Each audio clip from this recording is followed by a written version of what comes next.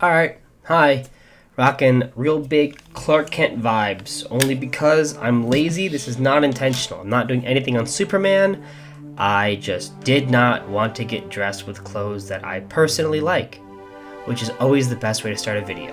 But yeah, I had another video I'm working on, but it's gonna take some time to get done. It's about Spider-Man. I interviewed a lot of cool people that are friends of mine, and casual acquaintances that I want to be better friends with because they're cool, have great opinions, blah blah blah.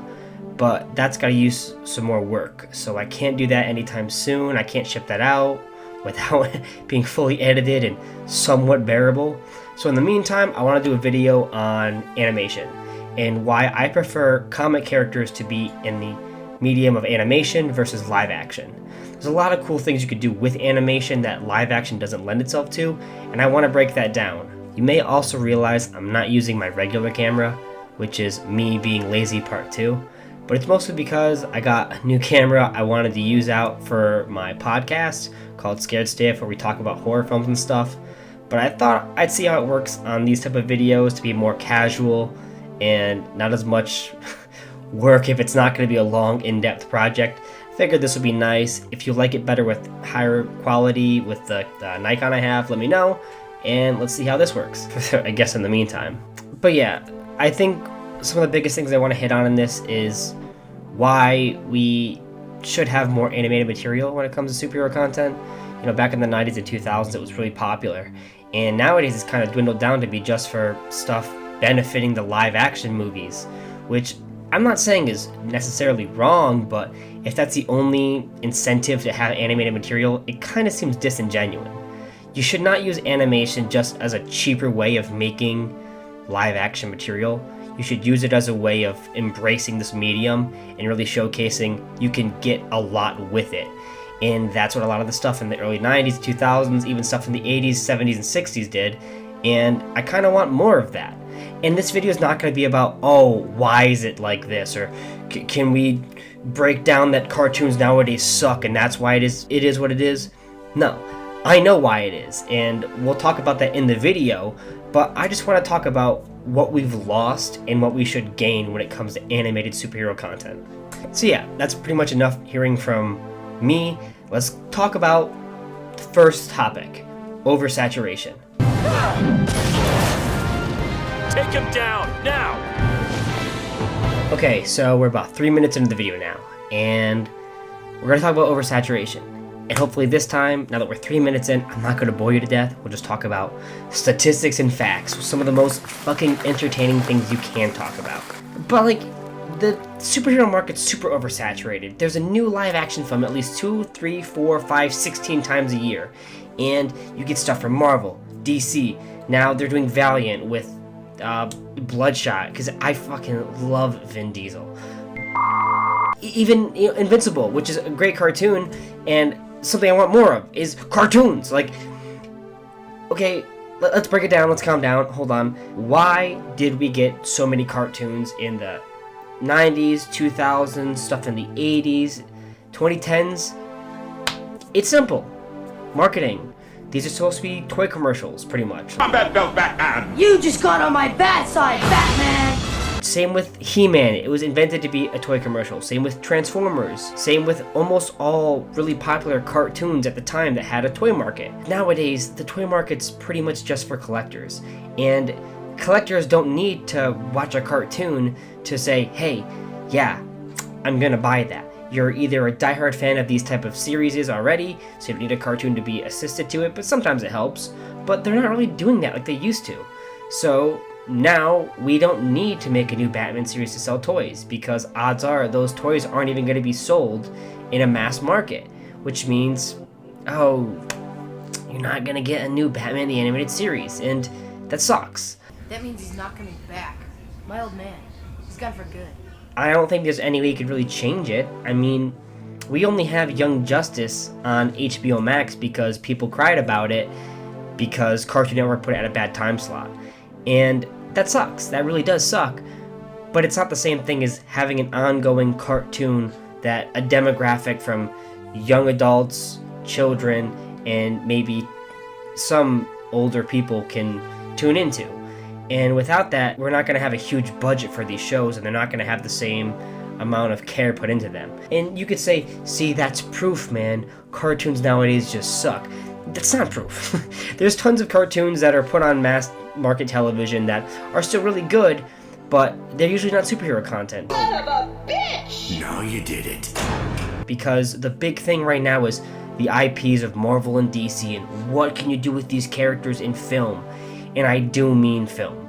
With the Marvel Cinematic Universe, everything is being brought to live action, either a TV show or a movie, and like I said before, even their anime material is going to be brought over to reflect these movies. That's why you have something like Spider-Man Freshman Year coming out, which is based in the MCU. And you can complain saying, hey, this is a waste of animated material. And to me personally, I feel like that, but I'm more of a purist when it comes to animation. But, maybe we can have some cool stuff out of it. But I feel like it's really upsetting that a lot of people growing up are not going to have a Spider-Man cartoon that they could grow up watching that really has more of an all ages demographic. And you could say, hey, I know these shows are invented for kids, and they are. So when adults get mad about it, they should calm down. But at the same time, they're left with a writing team that's thinking about, hey, we need a key demographic that we're going for, but at the same way we need that key demographic, we're not going to push away the larger demographic. The demographic for cartoons usually is, I would say maybe like 4 to 12 or so, something around there. That's just me estimating, but that doesn't mean teenagers or like young adults aren't going to watch these cartoons. If it's about a character they care about and they're comic readers, or even just heard some good things from a friend and they're into animation, they'll check it out. The problem is, that's a small niche and people aren't really jumping. And that's because no one's giving them a reason to jump. What's the last biggest cartoon you've had come out that's catering to all demographics? And if you say Young Justice, you're not wrong, but that only exists right now because it's not for all age demographic. Young Justice is not catering to a younger audience like it used to be anymore. With it being on HBO Max because fans demanded it, it's now catering to more adult content. It's now catering to people that are older. It's not playing towards all demographics, which actually can have a benefit to it. A lot of the coolest episodes from Batman the Animated Series are things that were edited because they knew they were going to be for kids. And you could say, well, why would that be better? It's for younger people.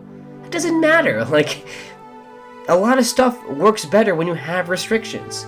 You put a director in front of a chair and say, do whatever you want. It doesn't mean you're going to have a good film all the time. Sometimes having a few notes saying, you can't do this, this, and this, the director's going to say, alright, we either got to try to find a loophole around this, or make some magic happen without being able to do this. And sometimes that just creates some cool stuff. An episode I always think of when I talk about this is Robin's Reckoning, how they couldn't show the Flying Graysons die like on television. So what they do is they just sew the ropes going back and forth with the Flying Graysons on it, and then finally, after you see it's been fully cut through, you just see a torn rope. You fucking know they're dead. Like, we all know they're fucking dead, but you don't see it. And that helps it. If you saw them drop to their deaths, it would have, no impact. Yeah, I know, sorry. You can stop watching now. I didn't mean it. But, still, restrictions like that happen and sometimes benefit the TV show. Young Justice, with having no restrictions, you can say kind of has hindered its story, and with it being on HBO Max, it's definitely limited its animation. I know for a fact that all animation starts off really strong for most shows. The first episode, the last episode have really strong animation put into them because they take their time with it. You can't compare the first episode of an animated TV show to the middle and say, oh man, the quality's dropped, dude. What's even the point? They don't care. Why should I care? It's not like that. An animation department has to put their all into the first episode because it needs to get you to be hooked. And if you're not hooked, well, that's tough. Then you're not going to watch the show. But in the middle of the show, you're probably already hooked onto it. You've already put time into it. You're probably not going to stop. As long as the good story's keeping you intact, where are you going to go? You're not going to go anywhere. Shut up, dude. Eat some popcorn. Chill out. And the final episode's the big season finale. It's the banger. It's what you're going to remember when you're talking about the show to your friends. You're not going to say, hey dude, the show is going great, the finale sucks ass, you probably should check it out and make sure all your friends also see it. That doesn't work. If your finale is not very good, the general audience is going to say, dog shit show, not going to come back. Maybe it's not fair to most TV shows, but it is what it is. So, you gotta put your animation department primarily into the first episode and last. I'm not saying there's not key episodes that they're gonna put more animation into, but the drop of quality is not, abnormal. And the drop might not even be significant. A lot of the times it isn't. In Young Justice in the first season, pretty significant quality throughout, but nowadays, with the newest episode, a lot of animated material you'll see people don't move that much. Maybe their mouth flaps move or they blink a bit. And in this show, sometimes it comes off as like just still frames slowly moving with no action happening. And it's because the animation budget is definitely shorter. And that sucks. Most of the time, it's pretty consistently good. I'm not going to say all of it is like that, but the problem is when you see it, you definitely remember it. At the time of recording this, there's probably like 9 episodes out, and most of the episodes are pretty consistently good. But a lot of people are complaining, saying, a lot of the times this show's just a slideshow and they're not even animating it. So you go back and watch the episodes and put your eyes to the screen, really focusing. It's not that different. The problem is when, like I said, you look at it, it feels jarring and that's all you take away from the episode. Not fair, but it's the same way when you're reading a comic book or watching a show. The bad stuff sticks out more than the good stuff. It's how your brain's wired. It sucks, beat up your brain, blame that, not me. I'm just telling you the truth.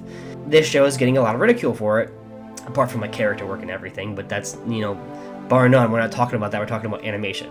I guess we could talk about character work a little bit, because character work's also important. And what you can only do with live action a lot of the time with films, even television shows, you don't have a whole lot of time, unless you're a CW show when you have 40 minutes and you do nothing with it for about 26 episodes.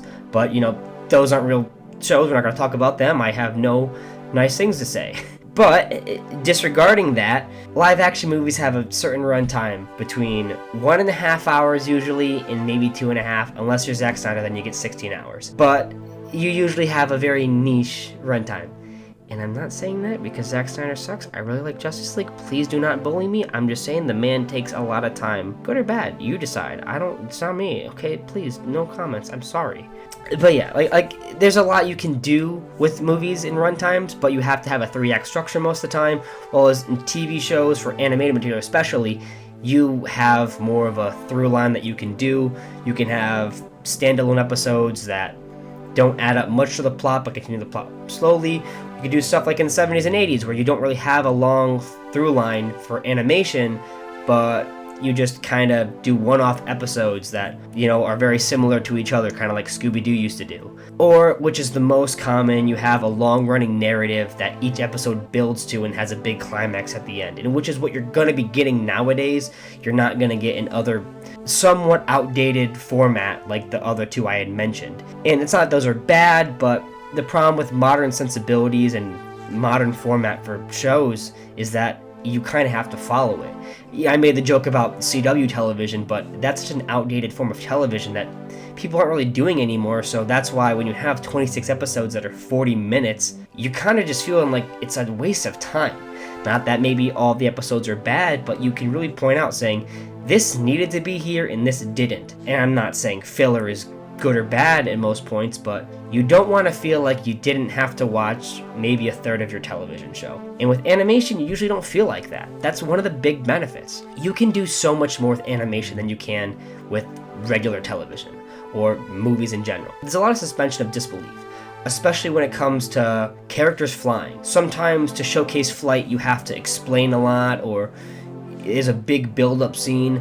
But in animation, if you have it flow freely and smoothly, people aren't going to ask that many questions. I remember there's a commentary that Bruce Timm did on one of the episodes where he says, we don't explain flying, we never have to, because when it's animated and you see it happen, it just feels natural and nobody's going to ask any questions.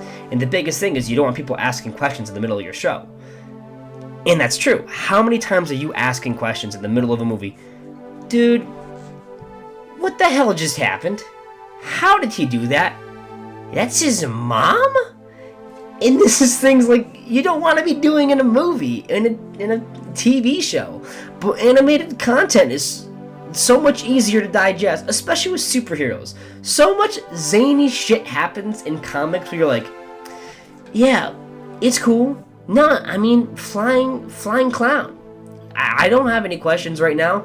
If I see a fucking flying clown in live action, I'm gonna be like, dude, what is he doing? He's not even in his little clown car. What the fuck's going on? But if I saw it in the comic, I'd just be like, yeah, that's really well drawn.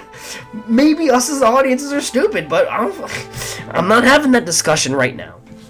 But yeah, if you see it in like a animated material, as long as the animation's well drawn, pulled off, and flows well, you can have good comedic timing and effects for that, but it's not going to leave you wondering and scratching your head like, the hell is going on, unless it's like a dramatic animated show. It's so much easier to explain things when you're doing things animated, and you can grasp so much emotion that maybe with some actors it's a lot more limiting. Being able to draw out these animations, you can really express these characters in ways that you can't do in real life. You have a lot of these studios just taking animated material that you could build a huge world with and just really elaborate on all these things, emotions. Any part of me is anything like the real Mary Jane Watson, she loves Peter Parker more than anything in the world. More than anything. The architecture, the designs, the characters from every end of the spectrum of things, and you're just saying, no. Green screen, no movement, stoic. Always. What the hell, man? What are you doing? Why are you bullying me? And like, I don't know. I don't want it to be like pissing on all these live action films. It's not just Marvel, it's not just DC. It's just the modern climate of film has been changed since the superhero content has just blown up. And some of the biggest aggressors to this are things like Titans. And, you know, we'll do a comparison between shows like Titans and Teen Titans. You know, Titans is a show where you have a bunch of brooding assholes that are supposed to be family, and they just bully each other and, you know, say, hey, go kill yourself, kid. Which, you know, I guess that's, I mean, my family can be like that sometimes, but I don't think people want to watch a show about my family. And I don't want to watch a show about my family, and I'm watching a show about my family with superpowers, which just makes me feel bad, because if you know, I don't have superpowers, and now I'm seeing people who have shitty lives have superpowers. I'm rolling just double negative here. And then you have a show like Teen Titans, where like a lot of these characters are going through dark patches, but they build each other up, and you know, they start anew, and they work together, and they feel like a real team. And there's so many things that Marv Wolfman and George Perez's Teen Titans run lend to animation. There's so much you can do with these characters that don't translate to film. And you can see that with certain episodes like Winner Take All, because you're getting good character work with a character like Robin, where he's supposed to be very confident in himself, strong-willed, and use it against him, make his ego kind of be the crux of this character. You kind of flip that and show that like he needs to be humbled, and while at the same time you're meeting a bunch of new characters like Speedy, Wildebeest, and, you know, reintroduction to Aqualad, who was in a previous episode, and you have these great designs for these great characters, and they're reinventions, but they're pretty strong to the comic counterpart in some aspects, enough to get kids interested that maybe want to check them out later, versus Titans, where even if some of the characters are right, they're mostly really far off. They're pretty harmful to, I would say, the interpretations of these characters for most of the time. And even if they're not, sometimes it just comes off as boring or bland. It's not pushing the narrative very well. These characters seem to be running in circles all the time and not progressing, and that sucks. We all love comics because we love characters at the end of the day. You could say a comic's good because you like a character. Well, I agree, probably not. But a lot of people will fall in love with a certain character, and as long as they're treated well, they'll say, good book, buy it. But most importantly, you can't just have a character. No matter what ongoing you have to have a through-line narrative. You have to have a story to be followed. Because your character can be cool, and badass, and sweet, charming, seductive, maybe shy, unassuming, just batshit crazy. Just any of these qualities. But if there's no story backing them up, it's really going to be hard to get attached to them for a long period of time. And maybe, you just found something you like about it and you kept it going and the story's not backing it up. Good for you. I have characters like that, for sure. But at a certain point and at a certain age especially, that's going to dwindle, and you don't want to go 5 years later saying, man, I really wish I liked this more than I do now. And the only way to have these characters get built up even better is strong narratives. And with animated material, you can push narrative a lot easier, especially because with animation being so difficult, if you want to tune back the animation part and you want to build up the story, as long as people are already hooked, you don't have to have constant motion. You don't have to have these people consistently doing crazy kicks or judo chops or anything. As long as you have a few little spurts of action, but you have a nice, deep narrative, or at least these characters interacting and bonding together, people are going to stay. And that's what you need. And there's no reason you can't tell that story with animation. So do it. Tell that story. Animate this. Have a good time. Inspire other people to want to make animated material. Inspire other people to say, I want to get into this cartoon and find more love for this character. Most people get into comics through an adaptation, whether live action or animated, but for me personally, it's always been animated. My favorite character I found through animation. Maybe it's not my favorite interpretation anymore, but I loved Batman the Animated Series growing up, and I loved Robin and Nightwing in it. And I thought this character was so cool, so fun, so much energy, and it got me into the comics. I've been reading it for over 20 years now, and there's no reason that somebody else shouldn't have that magic also happen in their lives. And like I said, it's not that you can't do it with film, but you can do it a lot easier with animation, and we need to respect animation as an art form more. No longer should it just be used as, hey, we don't have time to do this, we'll just make an animated show out of it. No. This is a well-crafted art form. Respect it like that, treat it like that, and let's put more time into it, more energy, and especially more love and care. And that's kind of all I want to say about this. There's a lot more other points I could bring up and say, oh, what about this and that, but I think I covered most of it, especially with the stuff I really wanted to talk about. And I think it's time that we really start to reevaluate what we do with animated material. Because I'm absolutely sick and tired of just things feeling like it's just cannon fodder thrown out there to see what hits. No, we're not doing this anymore. Let's start over. Let's bring it back to basics. Let's have some good stories, some well-crafted narratives, and let's have some awesome characters from our comic books, be brought to our homes. Thank you so much for checking out the video, and I really hope you check out the other ones when they come out. And check out my other ones that I've done before in the past. Like my first one I thought was pretty fun, and it's not super high energy or anything, but the conversations are cool, and I like doing those documentary type videos. You can watch the other one too, about people getting mad that Tim Drake is bisexual. I don't know. But yeah, thanks again for checking this video out, and I guess I'll see you later. Don't know when, but